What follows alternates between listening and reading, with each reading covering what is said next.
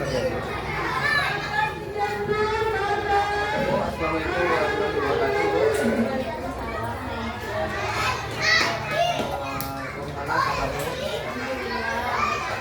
Alhamdulillah. Alhamdulillah ya. Hari ini kita udah pendampingan 5. Tidak terasa ya kita udah pendampingan 5. Begitu cepatnya perjuangan untuk di negara ini Ibu ya. Lagi untuk mendekati finish. Bapak Ibu, saya lihat selama ini saya rendahin semangat karya baik dari modul 1 sampai modul 3. Alhamdulillah begitu lancar Bu ya. Bahkan di LMS saya lihat sangat bagus sekali, diskusinya terusnya sangat baik ya Bu. Bu, terima kasih Bu sudah berpartisipasi dalam program serta ilmu-ilmu yang didapatkan sudah diterapkan di sekolah. Baiklah Ibu, hari ini kita lakukan diskusi kecil untuk penyakit pembinaan ini dengan tema rancangan program yang berpihak pada murid. Nah, fokusnya nanti Ibu pertama versi penerapan aksi nyata modul 3.1 yang nanti dilakukan oleh Jawa, saya sebagai petisi dan evaluasinya. Kemudian diskusi rancangan yang berdampak pada murid itu lagi nih ya. Kemudian juga perkembangan komunitas praktisi yang dijelaskan sebelumnya. Oke Bu, kita langsung aja ya Bu ya. Santai dulu.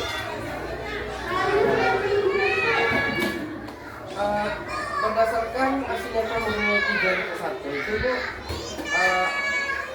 hasil pemetaan apa yang sudah Ibu lakukan dalam proses pengambilan keputusan di sekolah ini?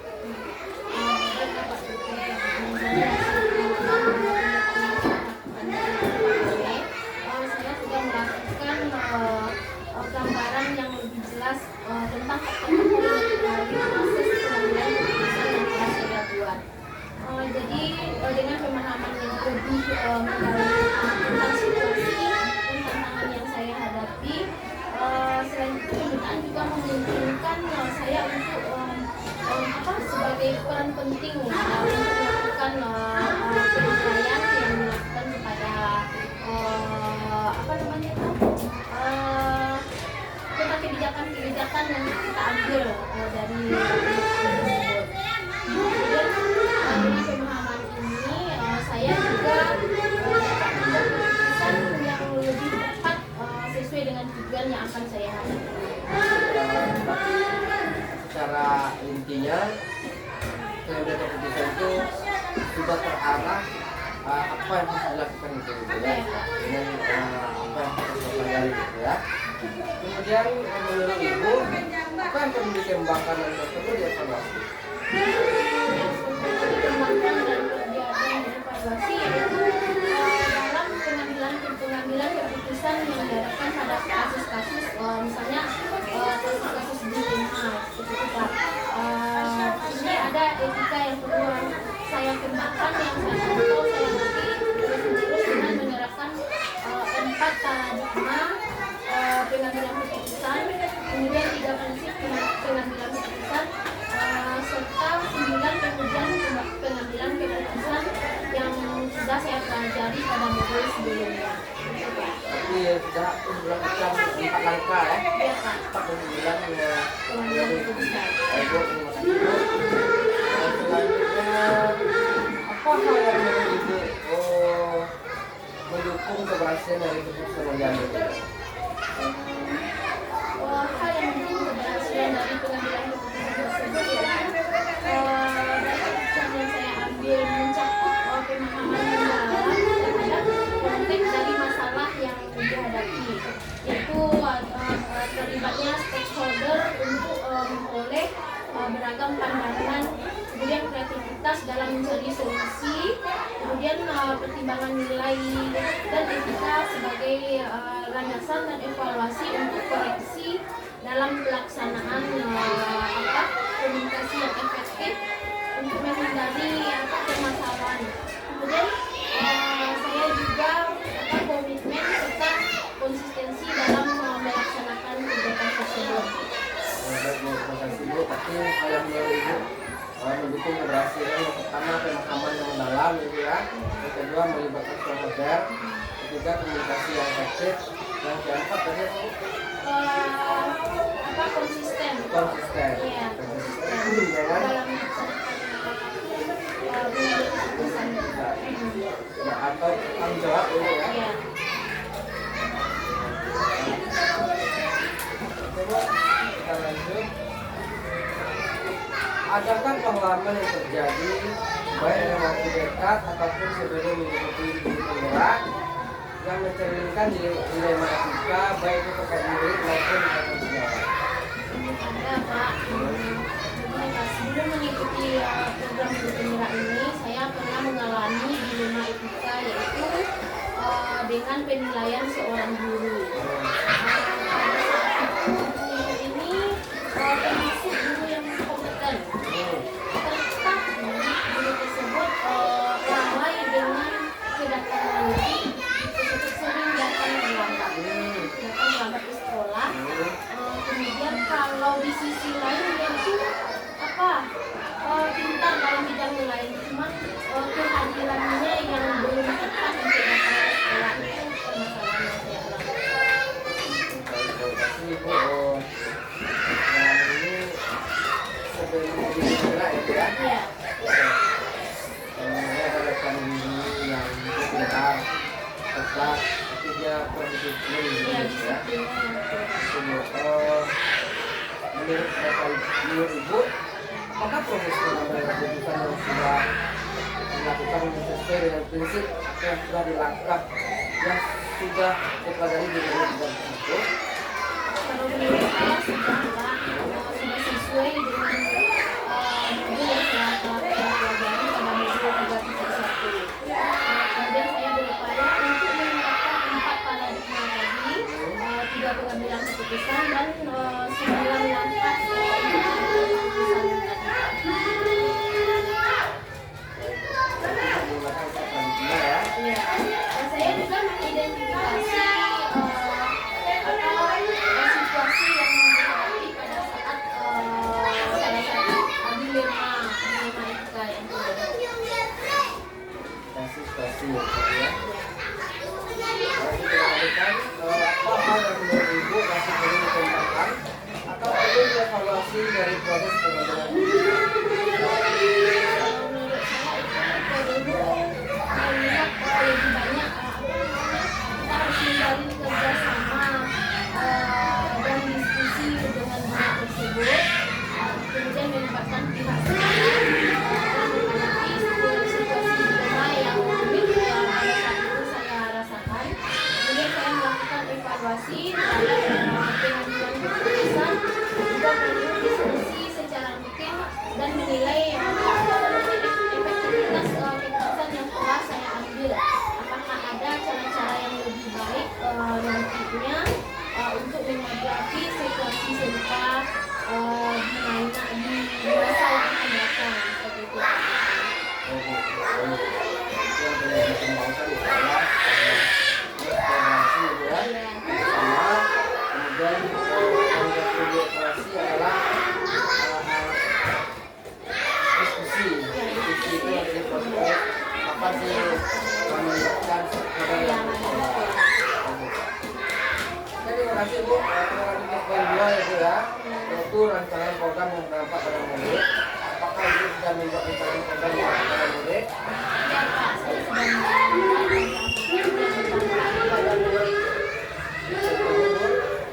Contohnya yaitu kami di sekolah ini kan kebetulan pendidikan anak usia dini.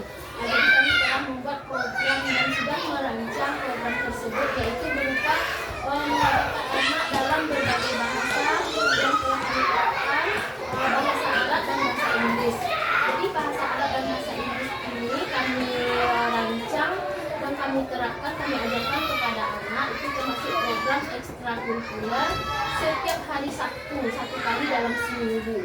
Jadi kami ajarkan kepada anak bagaimana anak bisa mengenal nama-nama hari, nama anggota tubuh, nama angka dengan bahasa Arab dan bahasa Inggris.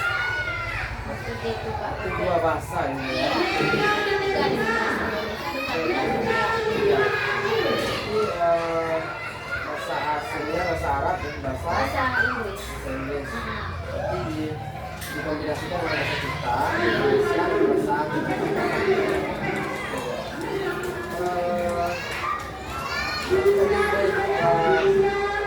sudah minggu acara ya. Sekarang apa bentuk program yang sudah Bapak Ibu lakukan?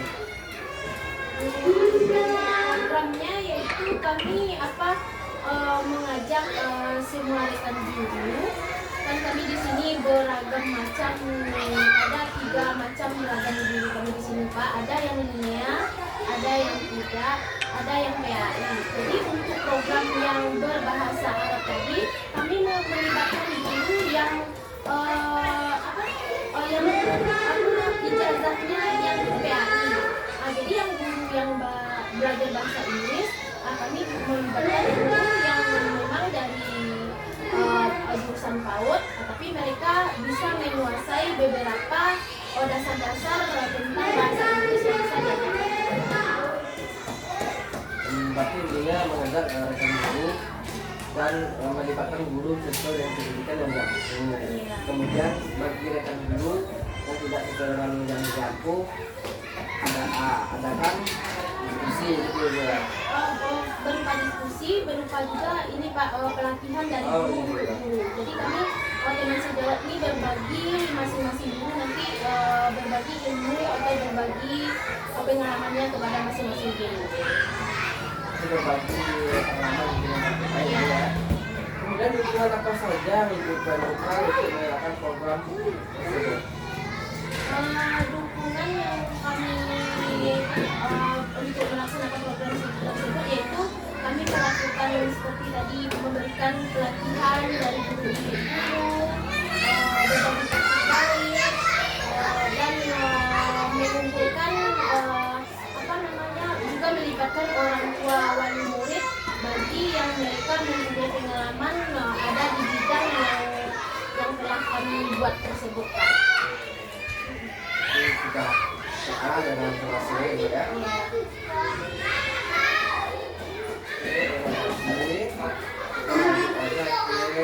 Refleksi ya bu ya. Terakhir aja lagi. Komunitas praktisi dulu ya.